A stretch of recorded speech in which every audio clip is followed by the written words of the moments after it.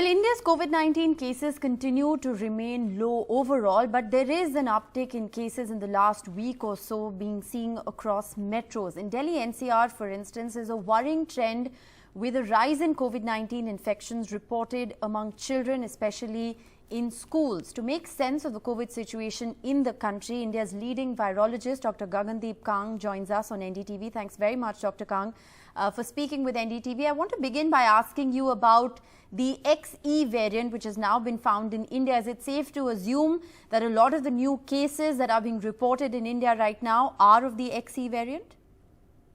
We don't necessarily know that all of the cases that are being reported are of the XE variant unless we sequence them all. But the presence of a new variant should always link genomic information with the clinical picture in the patient so that we can track what is happening. Because just knowing whether a variant is present or not has very little significance unless you know whether it is causing severe disease, and if yes, in whom. Is this people who are in risk groups such as age or comorbidities?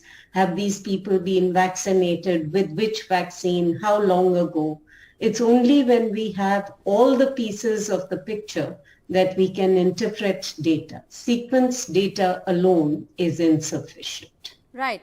The reason I ask you about the XE variant is because it is believed to be the dominant variant globally right now. What are the symptoms of XE? What do we know about it? Is it very different from Omicron, a milder version of Omicron?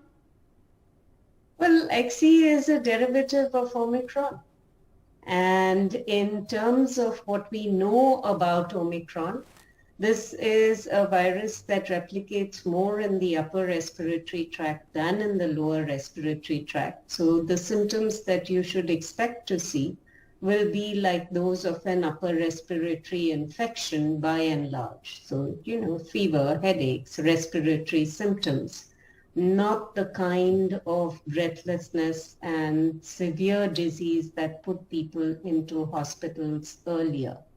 So I think focusing on the symptoms and expecting the symptoms to tell us which variant we have is often a fallacy, even though it is quite frequently highlighted in the media. As I said previously, what you really need is for all of the clinical demographic information in addition to the sequence data that tells you which variant it is. All right. So clearly we need more data before we can ascertain a lot of these facts. But Dr. Kang, there's been an uptick in the COVID-19 cases, especially across metros in the last week or so. Can we therefore assume at the moment that this is perhaps the beginning of the onset of India's fourth wave? I think that is a little bit of a stretch, because in order to see a wave or the beginning of a wave, you need a sustained increase in cases above baseline for a period of at least 2 weeks. Right. We haven't been there yet. There continue to be ups and downs in the number of cases. We've also seen that with the relaxation of restrictions, there is more mobility than there has been previously. This is also a season where people have long stretches of holidays, particularly this last week. And where you have more interactions of humans, you should expect to see an increase in the number of cases being detected. Cities are, in a way, sentinels for what is happening in the rest of the country. Definitely something that we should track, but not certain that this is the start of a fourth wave. Right. Okay. So not certain that this is the start of the fourth wave. We'll hold on to that as good news. But cases in India, thankfully, continue to remain low despite the kind of surge that we've seen in Europe, in China, other parts. Why do you think this is? I actually think that the legacy of last year is something that is standing us in very good stead. we had absolute devastation this time last year with the Delta wave coming up and infecting the bulk of our population. And I think what it left behind was a form of hybrid immunity that was supplemented by vaccination. So we've now got pretty good protection against a range of different kinds of viruses. This was clearly demonstrated in the Omicron wave, where vaccinated, previously infected people did really quite well, staying out of hospitals.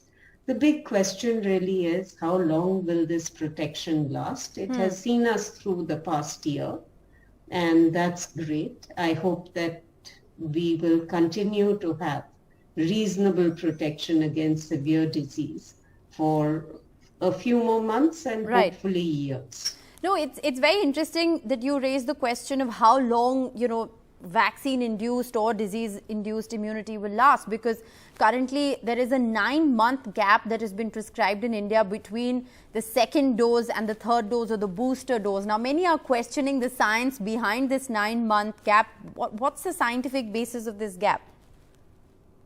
Well, I don't know the scientific basis of 9 months. I think we don't know whether it needs to be 6 months in some groups and 2 years in others. These data, the data that inform this kind of decision really need to come from detailed immunological studies. And to my knowledge, there is no data available from India that actually looks at this and tells us what the ideal gap should be. In fact, we don't even have data to tell us that we really need a third dose at all. Adar Poonawalla very interestingly has talked about how, our vaccines are actually doing better at granting protection, better even than the mRNA vaccines. How would you look at that statement?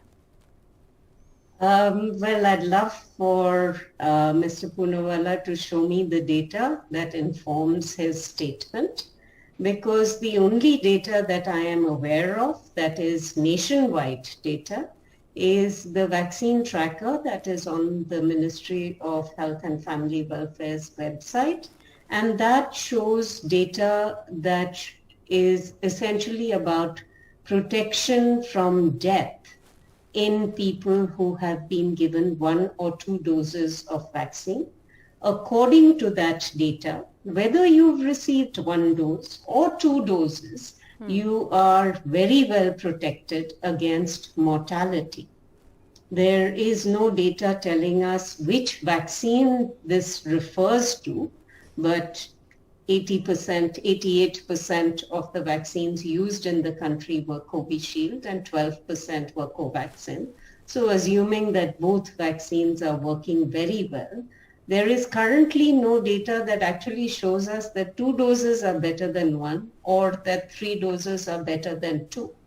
And I really think in a country like ours, we need to be generating the data that allows us to make decisions about vaccination. This is going to become increasingly important the further away we get from the primary series immunization, and particularly if new variants do emerge that are able to infect vaccinated individuals and cause disease. We were lucky in many ways with Omicron because Omicron was able to infect the vaccinated, but did not necessarily cause severe disease in those individuals. Well, it's very important that you say that the vaccines continue to guarantee us protection from, severe disease, protection from mortality. I want to then shift our focus to children because COVID cases are rising in schools, especially in the Delhi NCR region. For now, parents are worried. What more do we know about this new variant and how it plays out in children, especially given the fact that children under the age of 12 in India are still unvaccinated? Well, I think if you have to get a COVID infection, the best time to get it is when you are a healthy child. Basically, children who are infected do not manifest with symptoms in the majority. This is borne out by multiple sero-surveys that have been done in different states that in June of 2021 showed that about 60% of children had already been infected. And more recent sero-surveys have shown that that figure is 80% of children have already been infected. We should not expect protection from infection. As the virus evolves, it is going to continue to evolve in ways that allow it to infect us again and again and again. Now, for children and for adults, we should not expect that we will never be reinfected, whether we have been previously infected or previously vaccinated. This is particularly true for children. So the data that parents should be looking at is really not about the cases, the number of children that were detected to have infection, nor should it be about children who have had mild symptoms. Right. It should really be among the infected children, how many children wound up needing hospitalization. And we will see that those numbers are very, very few. All the data that we have from India shows us that children who require hospitalization tend to be children who have some kind of comorbidity or the other. Now, I think it is urgent that children who are below 12, who have comorbidities, be vaccinated. But I do not think that healthy children necessarily need vaccine. And for parents, if your child is healthy, don't worry. These infections will happen, but they are extremely unlikely to be severe. Well, very reassuring to know that, Dr. Kang, but the debate really at the moment is about, living with COVID. Parents are worried also of children bringing the infection home, infecting vulnerable people at home. The Delhi government, for instance, has now asked schools that they should notify the government immediately of COVID cases and even shut down either the particular wing or the entire school if there are infections being reported. Is this really the best strategy? I would say that we need to identify people in our population that are at risk of severe disease. These can be people who have received the vaccine and the vaccine does not protect them well. So the elderly definitely are a high-risk group. People who have had transplants, people who have autoimmune disease, people who have cancer, people who have diabetes are at risk. And the best thing that we can do for them is make sure we develop the right strategies to keep them protected with vaccination for as long as possible at the highest levels. These are groups where understanding what we need to do in order to boost their immunity becomes critical. Now, the rest of the world shows us that if you combine different vaccines, it gives you somewhat better protection. Is that the case in India? How is it affected by prior infection? We actually don't know. So this strategy that people describe as cocooning, which is how do you ensure protection of the vulnerable, is something that we must have in place. This does not apply to the entire population. Shutting down a wing of a school or closing colleges or anything else to potentially protect all the families of all the children who attend school or college is inappropriate. We should be focusing our attention on really protecting the vulnerable individuals within our population. It can be done, but we need science-informed strategies to do that. All right. Science-informed strategies and data, most importantly, like you've been highlighting, we need a lot more of that in order to better protect our population and strategize on living with COVID. Thanks very much, Dr. Gagandeep Kang, for joining us on NDTV.